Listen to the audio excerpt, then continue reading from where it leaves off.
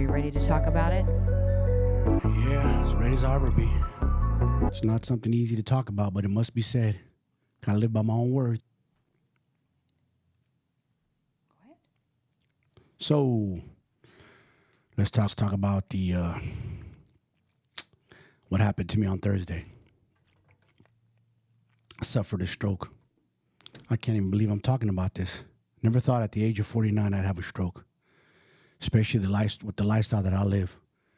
Meaning, I do everything I'm supposed to do. I exercise. I eat good. I keep my body fat low. Lots of water. I sleep. I hydrate. I get vitamins. I get sunlight. I do everything I'm supposed to do. But unfortunately, my past has caught up to me. All the damage I did from my 20s and 30s, from all my drinking to drug use to eating reckless, like I always talk about, just all that abuse. I'm pretty certain I had blood pressure issues back then, but it went undiagnosed. So I did some damage to some vessels, for sure. So here we are. Fast forward to today, 49 years old, I suffered a stroke. And it's scary because this took out a cousin of mine at 40 years old. And she made it to the hospital. I didn't even go to the hospital. It almost took my father out at 58. Try not to get emotional because I'm still in shock about the whole thing. This is crazy that even happened. It almost seems like a bad nightmare. I'm living in a dream. 1 minute I'm healthy, working out. Next minute I'm going to my academy to train, and then boom. So let me explain what happened. I'm at my academy where I train boxing and Muay Thai, CSA. 1 minute I'm warming up on jump rope. Sorry, my speech is my thinking's a little slow right now. My brain's still like healing. 1 minute I'm jump rope and warming up. Next minute I know the world is spinning and my legs get rubbery. I collapsed to the ground. Room is spinning. I start profusely sweating. Next thing you know, I'm violently throwing up. I thought it was a stomach flu because my stepdaughter had stomach flu maybe a few days before that, week before that. So I assumed it was a stomach flu. Or maybe it's just what I ate didn't agree with me. Maybe I ate it too close. Maybe the vitamins and the food, something. I made all these assumptions. I was in denial. I did not think it was a stroke. It took me about an hour to pick myself up off the ground. It was a scary experience. I started thinking like, fuck, is this a heart attack? Am I dying? Am I tripping? What is this? But my heart felt fine. I didn't have any my heart wasn't racing. I actually have an Apple Watch and I turned on the heart rate monitor on there and I looked at that and it wasn't out of control. So I said, okay, it's not a heart attack. So what the fuck is this? Stroke was the last thing was on my mind. I take medication. Like I said, I eat good. I drink lots of water. I just thought I assumed stomach flu. I didn't think nothing else. And 2 days later, I didn't even go to the hospital on Thursday. But I was so, that day, probably about 2 hours later, my wife and my stepson picked me up because I was pretty bad still. I was still I felt tired, exhausted, wiped out. So they had to come pick me up, take me home. And 2 days later, Saturday, so that happened on a Thursday of last week. 2 days later, Saturday, I still wasn't feeling too good. My wife said, fuck this, I'm taking you to the hospital. We're not playing with this no more. I went to the hospital and did a CT scan. That came out okay. Then we did the MRI, and that's when they found out I had a stroke. They saw the blood vessel in my brain. My brain had been damaged. And I knew right there and then when I heard the news, I was like, damn, my past caught up to me. I didn't know I knew someday when my past would catch up to me, but I didn't know it'd be this soon. But I knew someday I'd have to pay the piper. And it's a wake-up call, you guys. I always preach health is wealth. And I got fuck around and find out on my wrist, and oh boy, did I fuck around and find out all right. And like I said, it came on unexpected. I had no signs, no symptoms the morning of, nothing to let me know. And there's a reason they call this a silent killer, because it comes out of nowhere. And that did to me. It just came out of nowhere. Ton of bricks. And it's a huge wake-up call, fellas. I'm telling you. It's don't wait till you get to where I'm at for this to happen. And the only reason I'm alive and I don't have so far no major damage, I can walk on my own 2 feet. My balance is a tiny bit off, but it's gotten better. I've had headaches for a few days. I still feel wiped out, brain fog, hazy. So I'm still not all the way back. But the reason the doctors and nurses said, you're alive and you're leaving this hospital today is because I do everything I'm supposed to. And all around me, while I'm laying in that gurney deathbed in my hospital room, I could hear people saying, I'll do better. I'll stop drinking. I'll eat better. I'll stop smoking cigarettes. I do none of that, which is crazy. They're like, you do none of that? So I do none of that. I haven't had a drink in 11 months or so. And even then, I didn't drink a lot. I drink here and there. But in my past, when I did drink a lot, I went all the way. I partied a lot. I'm not going to sit here and tell you I didn't drink a lot back then. I drank a lot in my 30s. I wasn't a one-drink kind of guy once I went all the way. I haven't smoked weed in over 3 months. And I did a lot of Molly and ecstasy in my 20s and 30s. All that caught up to me. And then I had my episode 4.5 years ago when I OD'd on Xanax. When I OD'd myself, I swallowed over 100 pills where I tried to take myself out. And I knew deep down, like, I hope this doesn't come back to haunt me someday. I did any damage. I was fine after that. I recovered okay, never had any issues. And I played with life too much. I played with fire. And eventually everything just caught up to me. And like I said, I damaged the vessel and cut off oxygen supply to my brain. And this is what happened. So I'm here now talking to you guys about it before it's too late. There's a lot of you, they're going to one day suffer, or hopefully one day you don't suffer what I did. You're not gonna come out of this unless you're living the kind of life that I live. I'm strong. Everybody sees me. I post videos, pictures. People see what I look like, my physique. That means nothing. It's all about what's going on the inside. So a lot of guys don't know it.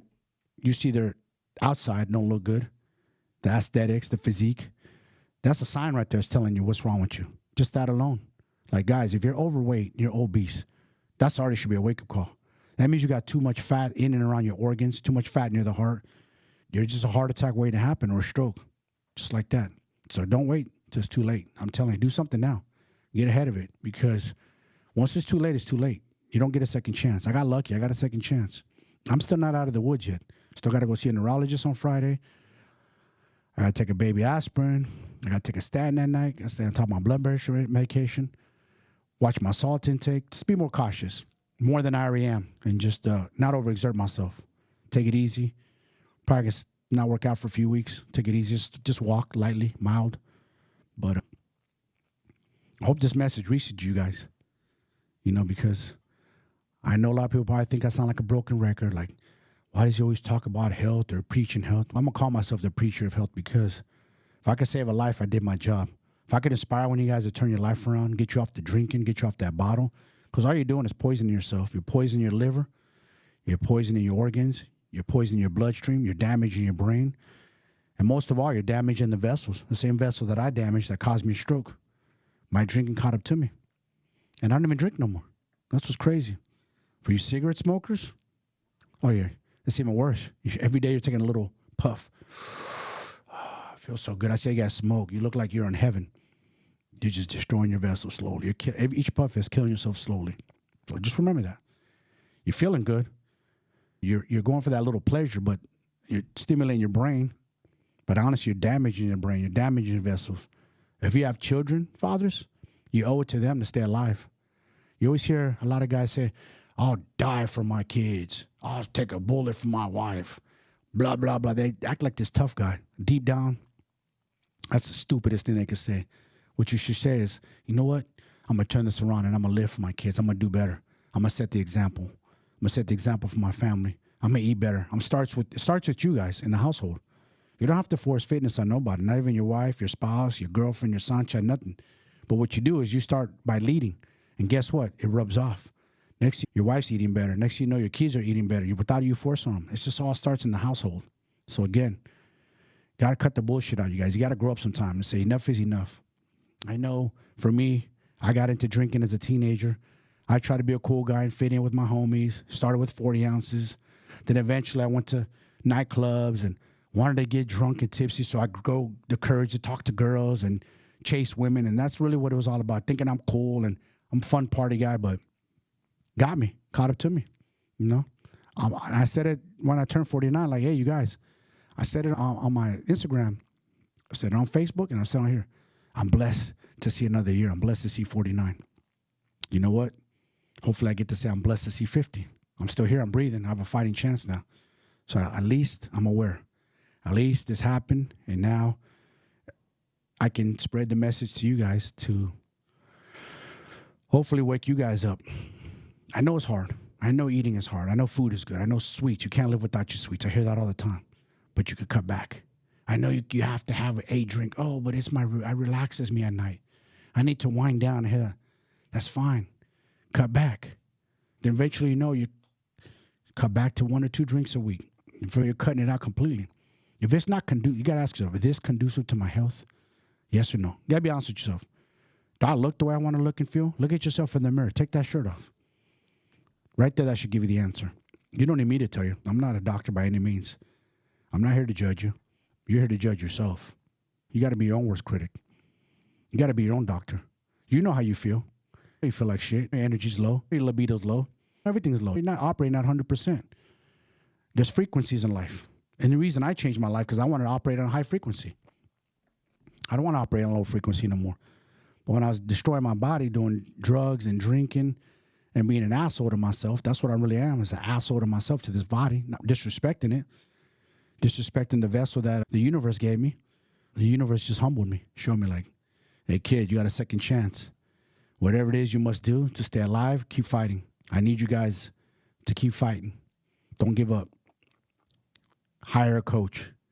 Find a coach. If you need help, reach out to me. I got you. You don't want to hire me? You don't have to hire me. That's fine. But reach out to a coach. Reach out to somebody.